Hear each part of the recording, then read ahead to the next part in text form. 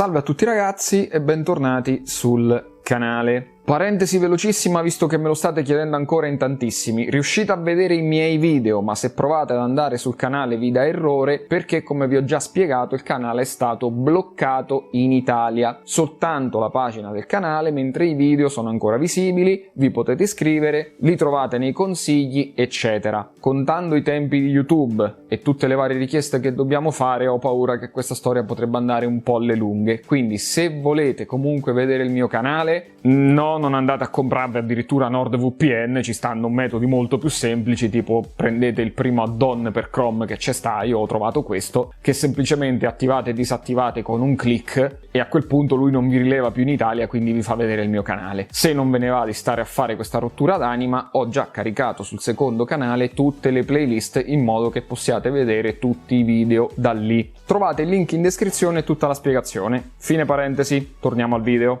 Oggi andiamo a vedere una consolina un po' diversa dal solito, anzi in realtà un tipo di console molto diversa dal solito, perché andiamo finalmente a parlare della Evercade. Questa linea di console che ormai c'è da qualche anno, molto particolari però perché hanno delle cartucce intercambiabili con all'interno i vecchi giochi da retro gaming. Ma allora tu sei completamente scemo? No, aspettate un attimo. La particolarità dell'Evercade è che sì, all'interno delle cartucce ci sono i giochi, ma sono giochi licenziati. Loro sono andati dai vecchi sviluppatori, da chi detiene i diritti di tutte le varie console, a comprare la licenza per poter produrre questi giochi per la loro linea. C'è un catalogo molto vasto, ma di questo adesso ne parliamo meglio. E tra le varie consoline che supportano queste cartucce c'è proprio lei, la, tenetevi forte, Hyper Mega Tech. Sì, la marca è sul serio questa, sembra quei negozi dei cinesi che cercano sempre di fare il nome più altisonante possibile e che praticamente è il nome che darebbe un bambino dai 5 anni a un negozio, tipo noi qui da queste parti abbiamo il Top Wow. Ma come cazzo puoi chiamare un negozio Top Wow? Comunque, dicevamo, l'Hyper Mega Tech Super Pocket, in particolare questa che ho io è la Neo Geo Edition, perché ho resistito più che ho potuto prima di comprarla. In realtà però appena è uscita lei, qualche mese fa, ma poi per ovvi motivi, ho posticipato la sua recensione per sicurezza. Comunque ormai ce l'ho tra le mani, ho deciso di provarla e di portarvela perché è un'esperienza molto differente da quelle che abbiamo visto fino ad oggi. Mica si ferma quella. Scusate un attimo che mi sta distruggendo lo studio. Io dico, ok, non mi mettete a fuoco, ma lei sta qui, sta maledetta paracula. Dicevo, andiamoci a spulciare questa piccolina e in generale un po' tutto il discorso che c'è dietro a questa linea di console Evercade.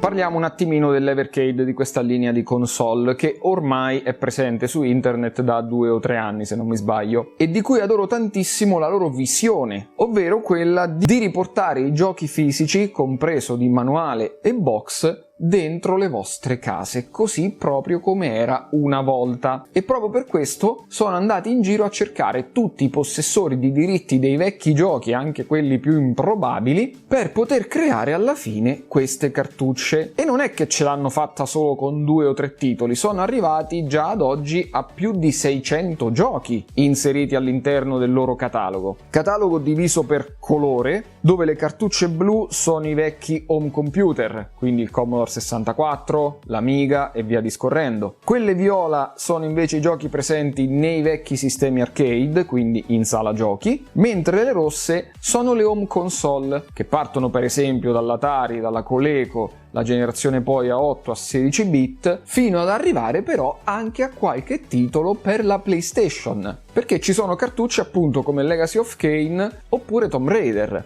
Ma poi sono stati anche attenti al pacchetto che vai a comprare, perché c'è la cartuccia, c'è il box e, grazie a Dio, all'interno ci hanno messo anche il manuale di istruzioni a colori, così come era una volta e come magari ci piaceva anche un po' di più. Ma quanto costa una cartuccia del genere? Le trovate facilmente su Amazon e mediamente i prezzi stanno intorno ai 25 euro l'una, alcune particolari ne costano costano 30. Ci sono le cartucce più disparate, ci sono più volumi delle stesse, per esempio ce ne sono addirittura 3 del Neo Geo, ognuna ha 6 giochi all'interno. C'è quella della Data East con 12 giochi perché sono più leggeri. C'è la Worms Collection invece che ha soltanto 3 giochi, come anche su River e Legacy of Kain ne ha 2 all'interno, e poi invece c'è la Tomb Raider Collection che ne ha 3. Ovviamente più il sistema è leggero e più giochi ci stanno dentro, vedi quella del Commodore che ne ha addirittura 14. Diciamo che sono riusciti a creare un bel catalogo che più o meno va a coprire tutti i generi e ce n'è per i gusti di ogni giocatore. Mentre per quanto riguarda la linea delle console ce ne sono principalmente 4 attive. La prima è l'Evercade EXP che costa circa 120 euro,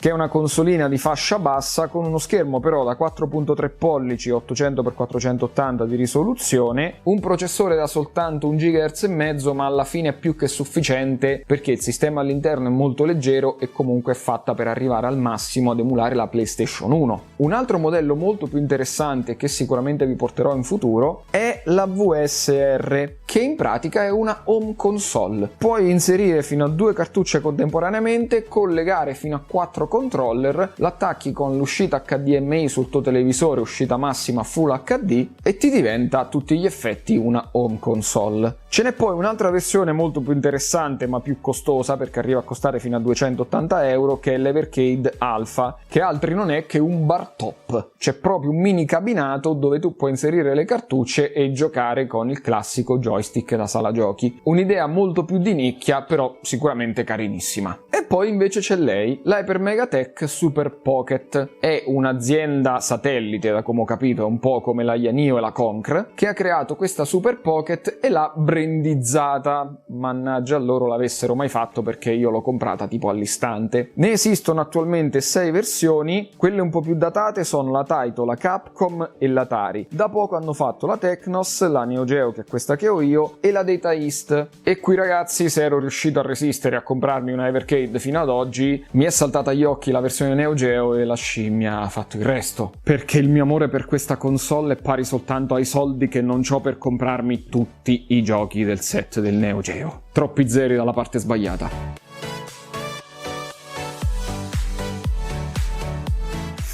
Allora, Super Pocket Neo Geo Edition. Scatola molto carina, abbastanza ricca di informazioni, che ci dice subito che in console sono inclusi 14 giochi arcade, tra i quali Alpha Mission, Blazing Star, Metal Slug e così via, ma questi li vediamo meglio dopo. Non so se l'avete notato, ma è presente dello scotch sulla mia scatola. Questo perché la console non è inserita all'interno, è bloccata tipo pentola a pressione. Guardate, già la linguetta non si riesce a spostare, devi proprio infilare le dita a morte, e io nel fare questo ho strappato questi 2 lati qui. Infatti, come vedete, lo scotch si trova proprio in questi punti. Ma non è finita qui, perché una volta che la prendete c'è da mettere un po' di forza per tirar fuori il tutto. Prima cosa che troviamo è un flyer di istruzioni, che da una parte ci mostra il funzionamento dei tasti tipo il select e lo start, per chi non lo sapesse uno equivale all'insert coin,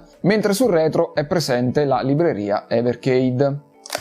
All'interno poi ovviamente troviamo la nostra consolina che ci spulciamo tra poco, e nascosto ancora meglio, neanche il recinto dei Velociraptor era così sicuro. Un cavetto di ricarica da USB tipo A a USB tipo C. Purtroppo non ha la ricarica veloce, quindi è anche uno di quelli abbastanza lenti. Bene, non c'è altro in confezione, quindi passiamo a vedere la consolina.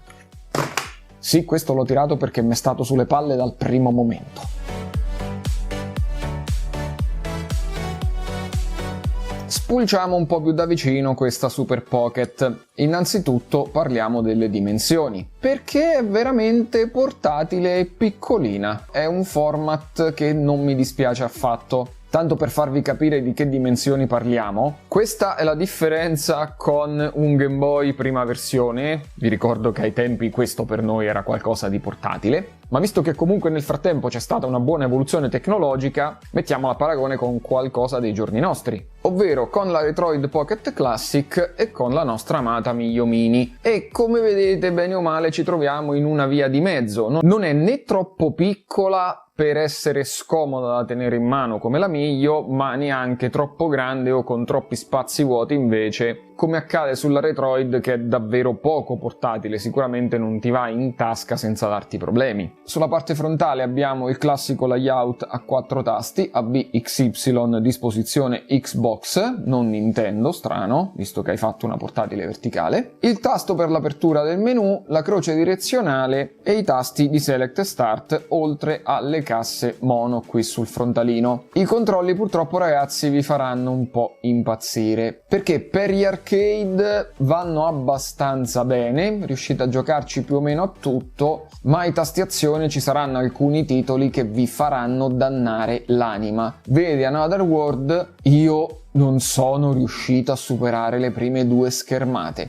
perché lì devi premere il salto mentre stai correndo e se provi a farlo con il pollice non c'è abbastanza risposta nei tasti per riuscire a farlo con un solo dito. Mi sono addirittura messo a farlo con 2, ma ogni tanto me lo prendeva, ogni tanto no. Per fortuna questa cosa sembra essere abbastanza circoscritta, mentre la croce direzionale è una pecca tutta sua. Ne parleremo meglio nel gameplay, ma questa per gli amanti dei picchiaduro sarà una bella spina nel fianco. Spostandoci sul retro abbiamo un altro problemino che riguarda proprio la disposizione dei tasti R1, L1 e R2, R2. Molto eleganti, lo ammetto. Il problema, ragazzi, è che non c'è modo di trovare una posizione comoda per premerli. È completamente diversa dalla sensazione di premerli invece dall'alto, come siamo abituati nei normali controller. Oltre a questo abbiamo comunque una cassa stereo, i pulsanti per regolare il volume che alla fine qui vanno bene e soprattutto il vano per inserire le cartucce compatibili Evercade. Tant'è che in questa, che in realtà non è una cartuccia ma è soltanto un pezzo di plastica, vi lasciano il QR code per andare poi ad acquistare tutti i vari giochi disponibili. Nella parte inferiore è presente invece un jack da 3.5 mm per le cuffie, il pulsante di accensione e spegnimento e 2 LED, uno che indica se la console è accesa e l'altro la ricarica, che cambia anche colore così vi dice anche quando è piena,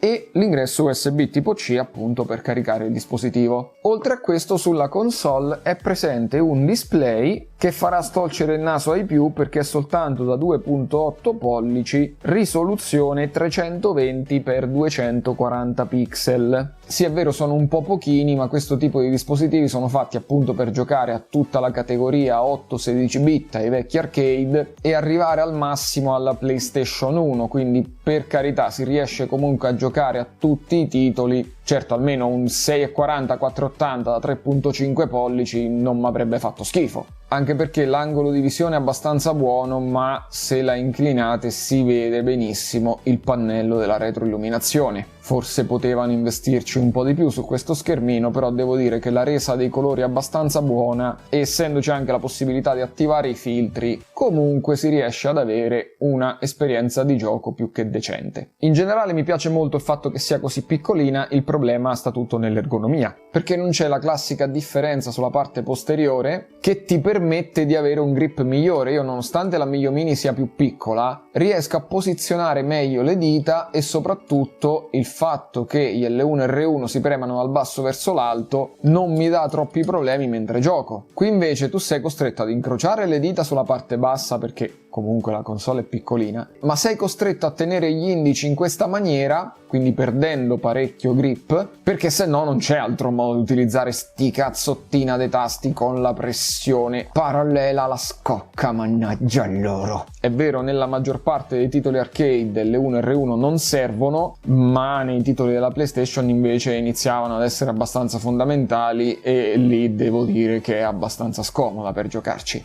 Carina è tutto a livello estetico, con le problematiche dei controlli eccetera. Purtroppo però questa volta non posso starvi ad elencare le specifiche, perché mentre per gli altri modelli originali dell'Evercade c'è quantomeno scritto la frequenza del processore, qui sul sito si sono molto dilungati sulla sezione specifiche. 4 ore di batteria e schermo da 2.8 pollici. Buoni tutti a fare recensori così, grazie. Sicuramente il processore sarà sempre al massimo da 1,5 GHz, siamo più o meno lì, e la batteria da 3000 mAh. Mi immagino che ci sia quest'hardware all'interno, però purtroppo non posso darvelo per certo. Vediamo anche più da vicino cosa ci troviamo all'interno, com'è l'esperienza utente. Questa versione che ho io, essendo quella Neo Geo, parte direttamente con il menu dei titoli preinstallati. Nel nostro caso appunto c'è Fatal Fury, King of the Monster, Last Resort, Metal Slug e così via. In questa prima schermata abbiamo la possibilità di selezionare il gioco e semplicemente premendo A lui lo avvierà. Una volta all'interno del titolo, premendo il tasto menu, possiamo scegliere se salvare, abbiamo fino a 6 slot per gioco, oppure appunto ricaricare, vedere l'assegnazione dei vari comandi, ma soprattutto impostare l'estetica del display. La prima è, se vogliamo, il rapporto originale, il pixel perfect oppure lo schermo intero. Noi attualmente siamo a schermo intero, io se ora mettessi pixel perfect vedete che l'immagine si è rimpicciolita. Visto che avete soltanto 2.8 pollici, ragazzi, non state nemmeno a pensarci, andate di schermo intero perché non perde poi così tanto. L'altra cosa simpatica è che almeno abbiamo la possibilità di attivare due diversi shader. Possiamo scegliere se mettere le righe sottili in modo che sembri più simile a come erano i cabinati da sala giochi, oppure se vogliamo proprio qualcosa di più eccessivo possiamo andare con le linee di scansione marcate e qui si vede proprio tantissimo quell'effetto. Francamente ragazzi, questo è un po' troppo secondo me. Se mettete le linee sottili come le chiama lui, vi rimane una buona esperienza visiva generale, secondo me sono le più indicate. Per uscire dal gioco basta aprire il menu e andare su abbandona. Una volta che ci troviamo su questa sezione possiamo di nuovo premere il tasto menu per o andare nelle opzioni, dove possiamo impostare a livello generale sia le proporzioni che appunto gli shader. Oltre ad impostare il suono dei giochi e degli effetti sonori, possiamo anche impostare la musica di background del front-end e possiamo cambiare anche la lingua del sistema per metterla appunto in italiano. L'altra voce di menu invece è Evercade. E questa che cos'è? È l'elenco di giochi che andrà a caricare una volta che voi inserite una cartuccia. Inseriamo per esempio quella della Technos ed ecco i giochi presenti all'interno della cartuccia. Qui ce n'erano 8 e qui stessa identica cosa ragazzi, se volete lanciare un gioco basta che lo selezionate e funziona tutto esattamente come per i giochi preinstallati. Non c'è lo spegnimento via software, so che a qualcuno farà brutto, ma in realtà l'unica cosa da fare è premere l'interruttore come si faceva proprio con il vecchio Game Boy.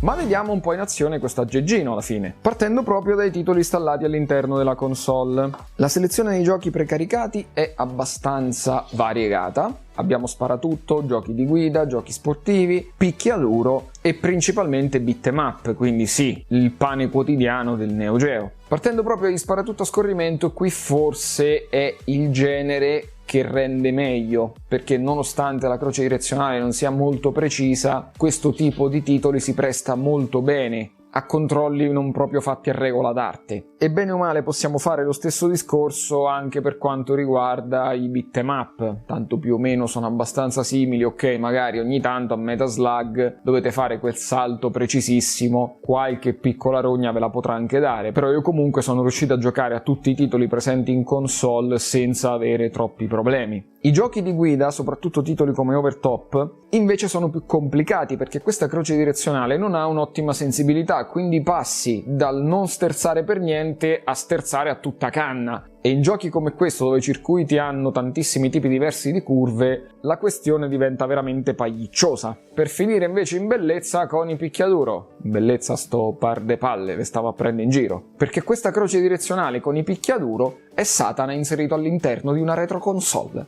Vi farà dannare l'anima per far uscire le mosse anche più semplici. Io alcuni titoli li ho giocati poco, vedi la serie Samurai Spirit, quindi magari non conosco tutte le mosse e lì ci sta che sono scarso io. Però i Fatal Fury, i The King of Fighters, le saghe principali dell'SNK, i picchiaduro, me li sono giocati tutti e lì posso dire la mia. E giocando a Fatal Fury mi sono sembrato il bambino di 8 anni a cui il padre aveva dato 3 gettoni. Ve li faccio vedere a paragone come ci gioco normalmente con una retro console tipo la Retroid o chi che sia e come invece ci ho giocato su sta cazzo de Super Pocket. È stato un lago de sangue, cioè sono morto al primo livello. Sta roba me fa curriculum, non me può succedere. Comunque, a parte questo tasto dolente, poi ho provato anche le varie cartucce dell'Evercade e devo dire che comunque si riesce a giocare un po' a tutti i titoli. Dovrò indagare meglio per quanto riguarda l'emulatore Amiga, perché il gioco gira fluidamente, però come vi ho fatto vedere prima su quel cacchio di Another World, cioè ci sono dei punti che sono ingiocabili, non riesco ad andare avanti perché non so quando cavolo mi prende l'input, e su un gioco del genere sapete benissimo anche voi che è cruciale questa cosa. E poi ci sono luci e ombre invece per quanto riguarda l'emulazione della PlayStation 1. Luci nel senso che comunque è sempre andata parecchio fluida, non ho mai trovato grossi rallentamenti, forse qualche piccolo proprio nei momenti di caricamento, ma poi durante il gioco è andata fluidissima e non ho avuto problemi. Certo, quando inizi a utilizzare dei titoli dove è importante ruotare la visuale con sti cazzo dell'L1 e R1, la situazione si complica parecchio. Soprattutto poi in titoli come Legacy of Kain, dove l'R1 ti serve per fare il lock del nemico, mentre però stai anche utilizzando gli altri tasti per colpirlo, e lì la questione si complica un po', siamo quasi al livello dei crampi, Ed è un peccato, ma credo che sia un discorso limitato soltanto a questo modello di Super Pocket. Perché a vedere per esempio la versione EXP, quella ai dorsali che si premono dall'alto verso il basso, secondo me lì non avrete il minimo problema. Andremo probabilmente a vedere anche questa in futuro, comunque per ora sappiate che con questa Super Pocket si riesce a giocare bene o male a tutto il catalogo, però in alcuni generi ci sarà un po' da sputare sangue.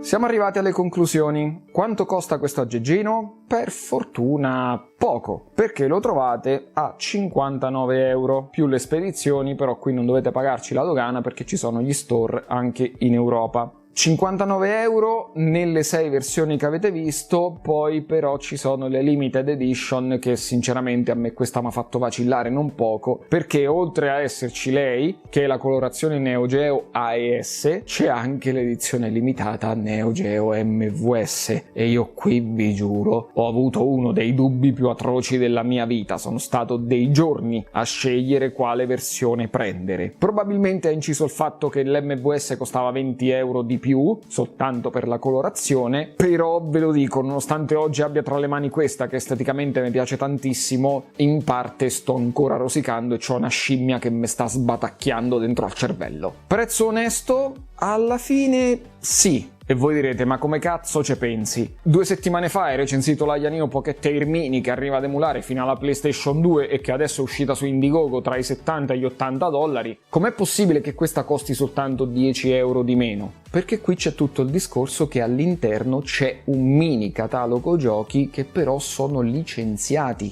Hanno la licenza ufficiale SNK per poter stare qua dentro. E come loro devono pagare i diritti all'SNK, è ovvio che devono rifarsi sul prezzo finale per riprenderci qualcosa. Purtroppo e per fortuna sulla linea Evercade tu hai i giochi originali e quindi giustamente tu devi sborsare per portarteli a casa, e una console con i giochi precaricati non fa differenza. Se pensate che una cartuccia di queste costa circa 25 euro e la console ne costa 60, fate la sottrazione ed ecco che il valore porta. Anzi, in realtà sulle collection della Neo Geo per l'Evercade trovate circa 6 giochi a cartuccia, mentre qua dentro ce ne stanno 14, quindi in realtà avete pagato una console con 14 giochi all'interno come paghereste 2 cartucce del Neo Geo ma senza console. Quindi a prezzo secondo me ci siamo. Ovviamente non è allo stesso livello delle retro console a cui siamo stati abituati fino ad oggi, ma vedetele come 2 cose abbastanza diverse, per quanto alla fine l'utilizzo che ne fate è più o meno lo stesso. E proprio per questo motivo non andrò a fare il classico pro e contro, a darle una votazione, perché è una console talmente particolare che non la potrei paragonare a nulla. Quando in futuro magari andremo a recensire altre Evercade, allora lì magari andiamo a fare qualche paragone più approfondito. E concludiamo proprio con l'Evercade. Finalmente c'è qualcuno che ha le risorse necessarie per andare in giro a cercare i detentori di diritti di copyright dei vecchi giochi e riproporceli in chiave moderna. Nessun remake, nessun reboot, il gioco così come mamma l'ha fatto, però su una cartuccia che puoi inserire su una o più console senza starti a preoccupare di dover reperire il titolo originale, che ormai con i prezzi del retro gaming sei impennato dato che io non lo so quanto potranno andare avanti a questi livelli, ma soprattutto anche l'hardware, perché non dimentichiamoci che, ok, noi le console vecchie le possiamo anche reperire, e il problema è che so vecchie non è detto che funzioneranno in eterno, ce ne stanno alcune che addirittura rischiano di rovinarti il gioco. Vedi le PlayStation, quando si usura il laser tu rischi di rovinare anche il CD al suo interno. Invece questa idea, devo essere sincero, mi piace molto, non sono economicissime, costano 25 euro l'una, ma non è che dovete comprarvele tutte. Vai a vedere sul catalogo quelle 2 o 3 cartucce dove ci sono i giochi che ti interessano e alla fine sei a posto. Poi se magari te ne compri una al mese, 25 euro ce la fai a metterli da parte se decidi di fare la collezione. Mi avevate chiesto in tantissimi di portarvi questa Evercade, ci avevo già pensato a giugno-luglio, ma per ovvi motivi ho dovuto posticipare un po' il tutto. Adesso finalmente siamo riusciti a parlarne e purtroppo per il mio portafogli, oramai che ho iniziato, mi toccherà andare a prendere anche appunto qualche altra versione di queste Evercade per vedere come si comportano collegate alla TV. Bene ragazzuoli, per questo video è tutto e ci vediamo alla prossima. Ciao ciao!